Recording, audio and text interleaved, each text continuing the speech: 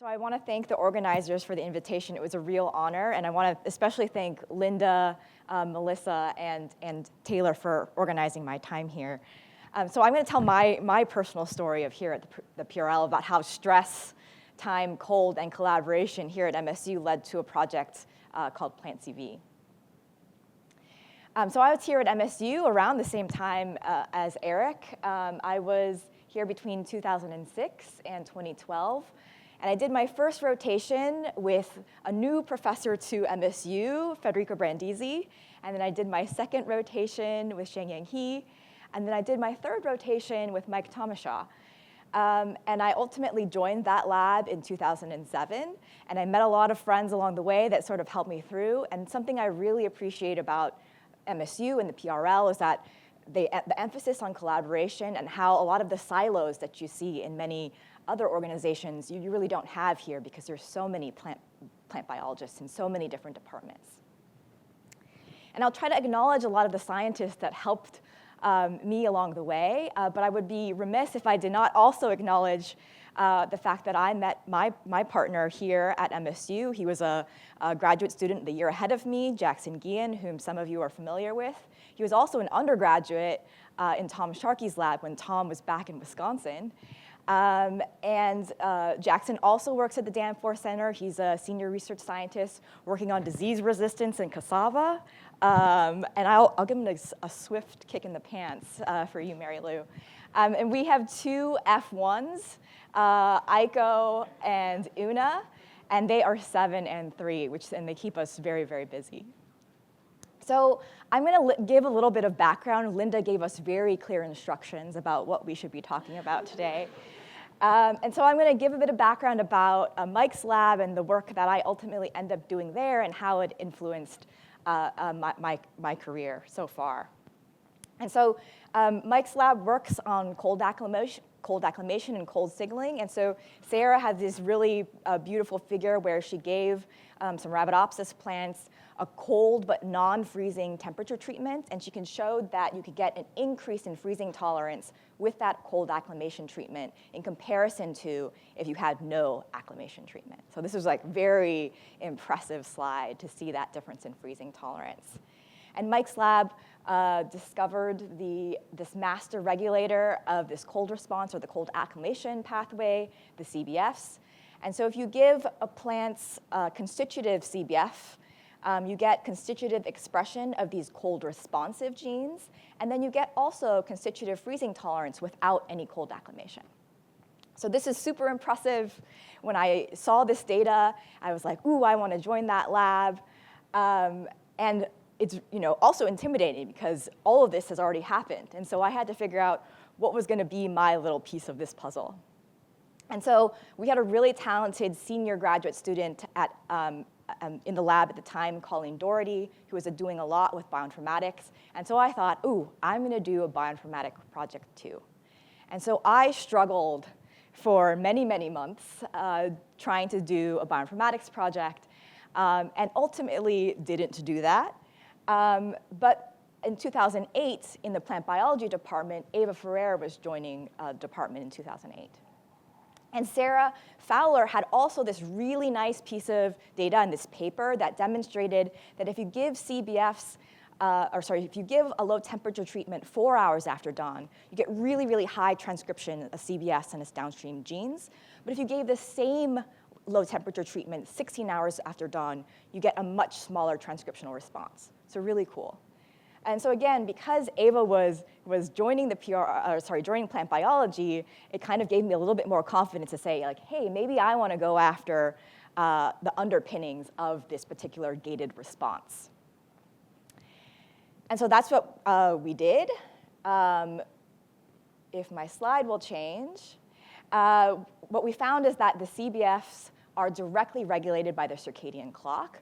And so you have core clock components CCA1 and LHY directly binding to evening elements in the promoters of those CBF genes.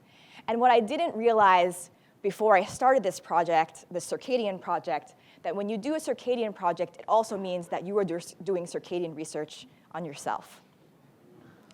And there was a rumor going around, I think, that I was living in the plant biology building. And I wasn't, but I was spending many nights a week sleeping in this tent cot to collect these 2-hour resolution time course samples. And because I was doing circadian work, I was using a bioinformatics tool, which some of you might be familiar with, called diurnal. So it lets you to check the diurnal or circadian expression of your favorite gene. And that particular tool was developed by somebody named, you might be familiar with, named Todd Mockler, who passed several years ago. And Todd came to MSU for a seminar. And I was really excited because, of course, I worked on the clock. And so I got to meet with Todd. And through that meeting, decided to write an NSF PGRP postdoctoral fellowship, which is what I ended up doing that following year. So again, if I hadn't been sleeping in that tent, I don't think I would have met Todd and ultimately gone on to do that postdoc. But in my last year as a graduate student, Mike started this collaboration with Doug Shemsky and John Agron and John McKay and Barbara McAdams. And it also involved several other people in Mike's lab. And so it was really an exciting opportunity to not only externally collaborate, but also internally collaborate as well. And so this was a project where we had a population of Arabidopsis from Sweden and Italy. And Doug's lab and John's lab demonstrated that those ecotypes of Arabidopsis were locally adapted. So they did this really cool reciprocal transplant experiments. I think they really wanted to go to Italy, and they really wanted to go to Sweden. And they showed that those plants were locally adapted, and that the survival of the Italian genotype was correlated with the minimum soil temperature in Sweden. So really cool. And so our part of this project was we want to know were there inherent differences in the freezing tolerance of those two ecotypes. So this is an electrolyte leakage assay. If you've ever seen Mike talk, I'm guessing he's shown a graph that looks like this. But what you need to know is that if you're more towards the right of this graph, the more freezing tolerant you are. So when we did the non-acclimated treatment, so no pre-treatment with low temperature, the Swedish and Italian lines had no difference in their freezing tolerance. And then we did 1 week, we saw no difference. And this is normally where we would stop this experiment. We don't normally go out any further. And so again, no real difference. And so I was a graduate student, and I was frustrated, and I was in my last year. And so we ended up doing 2 weeks. And what we ended up seeing was that a difference in the freezing tolerance between that Swedish and Italian line. So really exciting. And so Sun Chung in the lab actually did an RNA-seq experiment. And RNA-seq was sort of new at the time.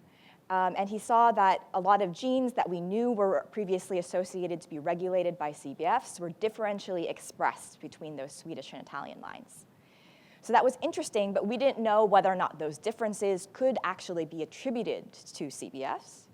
And so we utilized the fact that Doug Shemsky's lab had this really beautiful recombinant inbred line population. So a pretty big population, 544 lines, with genotyped across 384 markers. And so I did a heck of a lot of qPCR to test whether or not the differences we saw in core gene expression could be actually attributed to those CBF genes. And what we saw was that those differences did map to the CBFs. And so that was really exciting. And then what was also really interesting was that Doug and John were continuing to do field work. And they also saw that there was a fitness QTL that also overlaps really nicely with those CBFs. And so we looked closer at the sequence of CBFs in those Swedish and Italian ecotypes. And what we saw was that there was a 13 base pair deletion in the Italian version of CBF2, leading to a predicted truncation. And so then you have a CBF gene with a DNA binding domain, but no activation domain. So this led us to this model, where you have a Swedish line or Swedish ecotype that acts as we were normally expecting, so induction of CBFs with cold, binding to the C repeats of those cold responsive genes, and then activation of transcription. But in the Italian version, you get induction of CBFs, DNA binding, but no activation. And so leading to what we propose is sort of a dominant negative effect. So Sarah Gilmore in the lab, whom many of you are probably familiar with, took the Swedish version of CBF and added it back into this Italian ecotype, and then also put the Italian version into the Italian ecotype as a control. And then she did those electrolyte leakage assays and demonstrated that with adding that Swedish version back in, you could get an increase in freezing tolerance in support of that model. So this was really nice. This was my first experience working with a large genetic panel, and it really influenced the direction that my lab ultimately has ended up taking. So my group really tries to utilize natural variation to understand resilience in temperature stress, utilizing large diversity panels. And ultimately, this means that we're trying to do a lot of phenotyping. So we're measuring a lot of things to try to associate a particular phenotype with a genotype. And this is extra complicated because of the other work that I did in Mike's lab, that we know that stress and time have a really, really interconnected relationship. And so if I hadn't been particularly stubborn that week, we might have had a longer path to figuring out whether or not there was a difference in freezing tolerance here. I was also very frustrated a little bit with these assays because I would love to do them on large genetic populations, but they're destructive and they take a lot of plant tissue. And I was also really, really tired of sleeping in a tent. And so I think I was particularly primed that when I moved to the Danforth Center, and we had this opportunity to work with these high-throughput, image-based, non-destructive phenotyping tools, that when I was given that opportunity, I said, oh, yes, I would like to do that. That's not to say that we don't still sample at night. So we are still sampling off of this big system at night, but we're probably doing it maybe a little bit more efficiently. And if two people in this picture may look vaguely familiar, that's because that's Bob Van Buren and Miranda House, two PIs here at MSU, who were both postdocs at the Danforth Center and helping us to sample off of this phenotyping system at one point. So we're collecting millions and millions of images off of this system. I think we're up to about 14 million images off the system alone, and we've collected more images off of other systems, including Raspberry Pi-based imaging systems that we have in growth chambers. And so we have lots and lots of data, and we're collecting that data not just on Arabidopsis, but on maize, on Brachypodium. We're putting perennial grass species onto this system. And so we really needed flexible research tools in order to be able to analyze all of this data. And at the time, back in 2013, 2014, when we were working on this, there really weren't the type of tools that could scale. So there are really great tools out there, but they weren't maybe able to analyze hundreds of thousands of images at once, which is kind of the scale we were working at.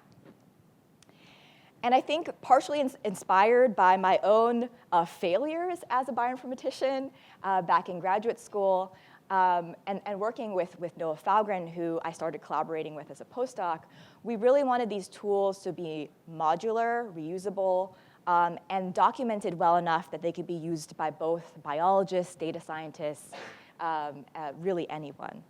And so we've been working on this tool for over a decade now. It's open source, it's open development, and we think we've built a pretty nice community around this tool to analyze any sort of image data you have. And so just a little bit about the impact we feel that this tool has. It's had 47,000 downloads since we've started. We started with 3 contributors to the code base, and now we're at 68 contributors.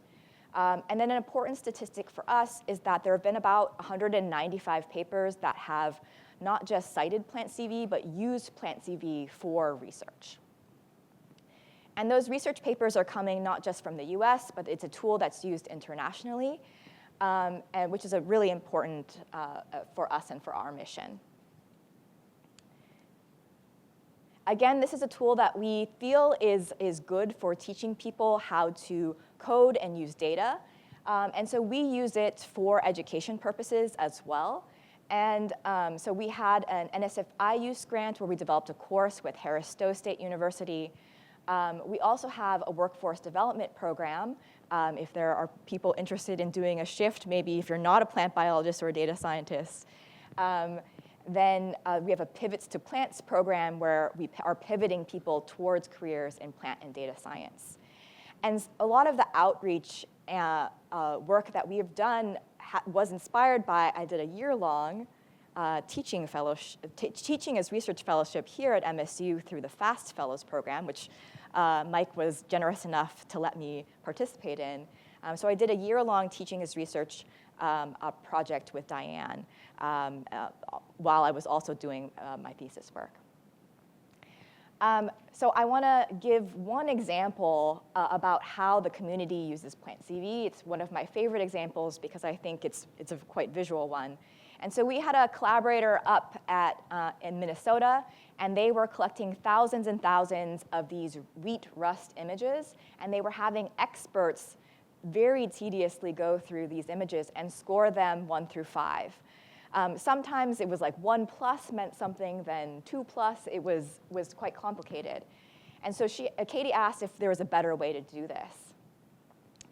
And so at the time, we were developing this naive-Bayes classifier in PlantCV. And it was to calculate the statistical probability that a pixel belongs into one class or another class. So in this case, it was either you have a plant pixel or you have a not plant pixel. And so we just modified this tool because, again, we try to make these tools sustainably developed so that instead of just 2 classes, we could have multiple classes. So for Katie, she wanted to know the area of rust, of the surrounding chlorosis, and as well as the healthy tissue. And so with about an hour of training this, you can get data out that looks like this. So you can get the % coverage of each of those classes. And then because she's using a genetic population, she can use that for mapping. So I like this example because it's, again, an example of not only a faster quantification, but what we consider a better quantification of the trait that she really cared about. And PlantCV is, of course, it's meant to analyze image data. And so sometimes out in the literature, people are using it for very unexpected things. So we've seen things about people analyzing the cracks in sidewalks, people looking at the branching of eye vessels. In this case, people were measuring the length of frog vocal cords. And this is our weirdest one, which is they were measuring the angle of flickering candlelight so that they could model a historic site. So the question we're now asked is, well, AI exists. So do we still need PlantCV? PlantCV is a set of pretty traditional computer vision tools with some machine learning in it. Do we still need PlantCV with all of the cool new AI tools that are coming out? What I would argue is that we need it more than ever. And so one of the big use cases of PlantCV is that people are using PlantCV to annotate their data so that they can actually have training data to do deep learning, machine learning. And so that's what we see as a big use case of people currently doing. So again, I just want to thank and stress that my time here was very critical to what has been forming what has been a keystone of my own career, this PlantCV project. I know that if I didn't happen to join Mike's lab, and if Ava's lab hadn't joined plant biology, I might not have been doing a circadian experiment. I might not have met Todd because I wasn't doing a circadian experiment. I might not have gotten that fellowship.